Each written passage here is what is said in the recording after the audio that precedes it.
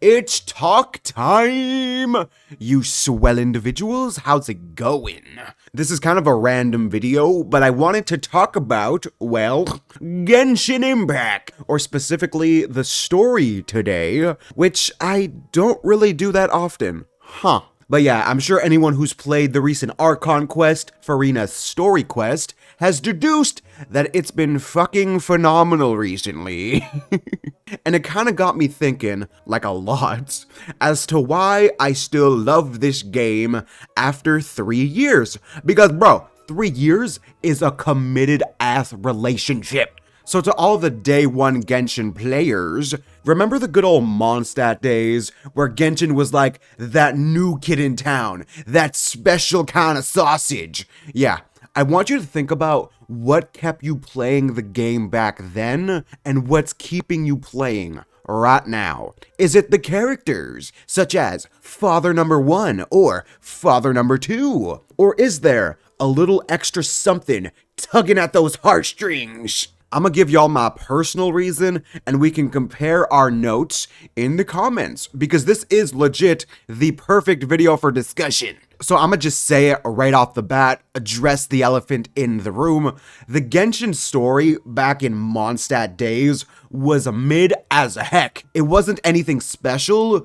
but at the same time, it wasn't necessarily bad either. It was just very like standard JRPG-ish, if you will. And that's kind of the thing, is when Genshin was new, most of us, if not all of us, were staying for the gameplay, the combat, the exploring aspects of the game. The story, for me, was just kind of like that side bitch that we occasionally have to acknowledge. But the more I think about it, old Genshin is the equivalent of dating a chick just for her looks. And those relationships don't tend to last that long.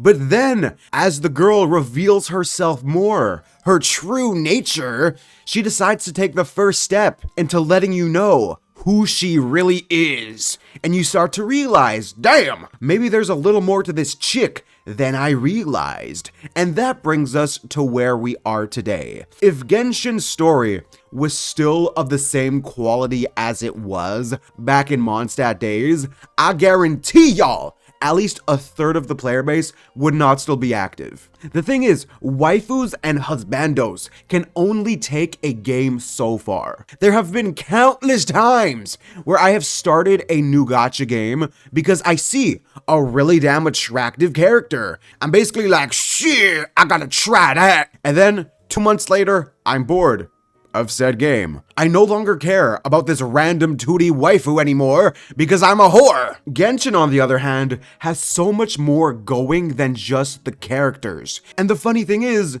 Genshin's characters are probably the best characters out of any game I've ever played.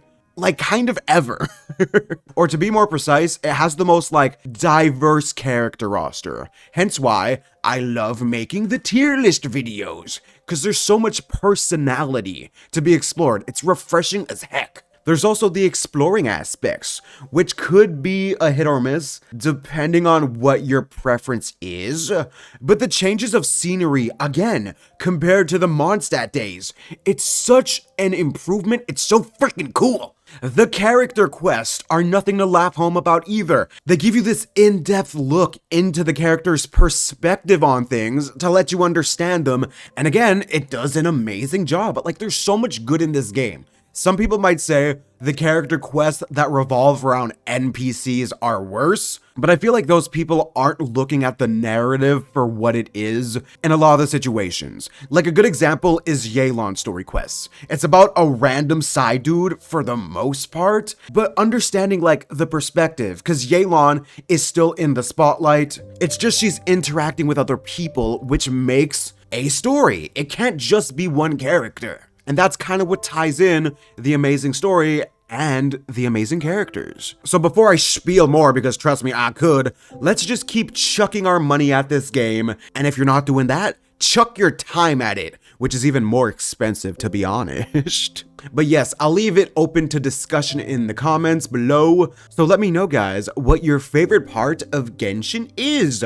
And with that, take it easy and have a good one, guys. Peace.